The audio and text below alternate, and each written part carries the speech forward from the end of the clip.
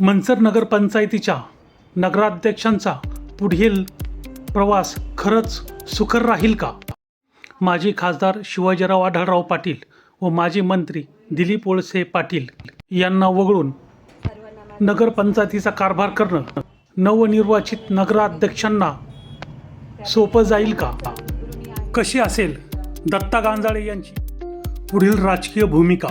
आमदार दिलीप वळसे पाटील व शिवाजीराव आढळराव पाटील या दोन मातब्बर नेत्यांच्या नियोजनावर मात करत मंचर नगरपंचायतीवर अखेर शिवसेनेचा भगवा फडकला. राज्य पातळीवरील महत्त्वाच्या दोन नेत्यांना हूल देऊन मंचर नगरपंचायत आपल्या ताब्यात मिळवणं हे म्हणजे दोन वाघांच्या जबड्यातून त्यांचं सावज शिताफीनं पळवणं असाच होय.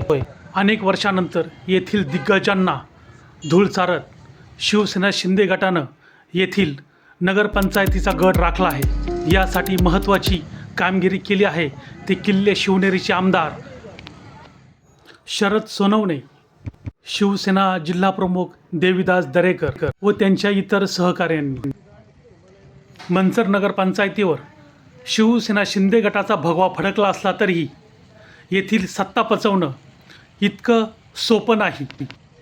कारण ही नगरपंचायत घेऊन जगज्जेता झाल्याच्या आविर्भावामध्ये किल्ले शिवनेरीचे आमदार शरद सोनवणे जरी फिरत असतील तरीही येथील प्रस्थापितांना मात दिल्याची किंमत त्यांना केव्हा आणि कधी चुकवावी लागेल हे सांगता येणं कठीण आहे.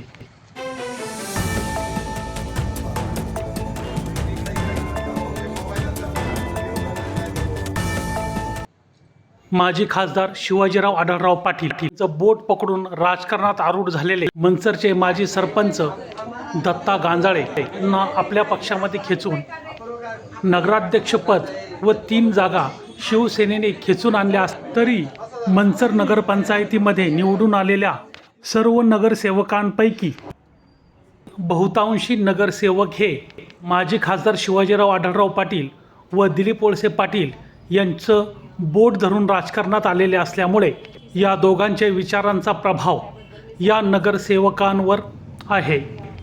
त्यामुळे राजगुरुनगर, चाकण, जुन्नरसह मंचर नगरपंचायत ताब्यात मिळवत विजयश्रीच्या दिशेने धावत असलेला आमदार शरद सोनवणे यांचा विजय रथ येथील मातब्बरांकडून कधी रोखला जाईल हे सांगता येत नाही.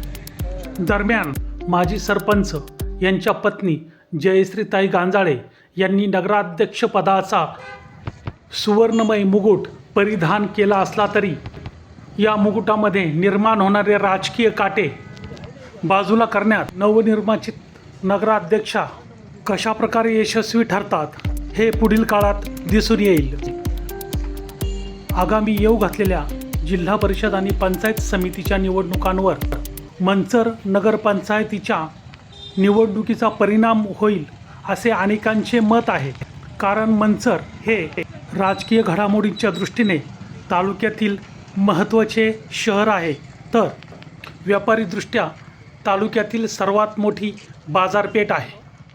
दरम्यान माजी मंत्री दिलीपराव वळसे पाटील व माजी खासदार शिवाजीराव आढळराव पाटील हे मंचर शहराची कमान इतर कोणत्याही दुसऱ्या तालुक्यातील आमदारांच्या हातामध्ये जाऊ देतील अशी तीळ मात्र शक्यता नाही.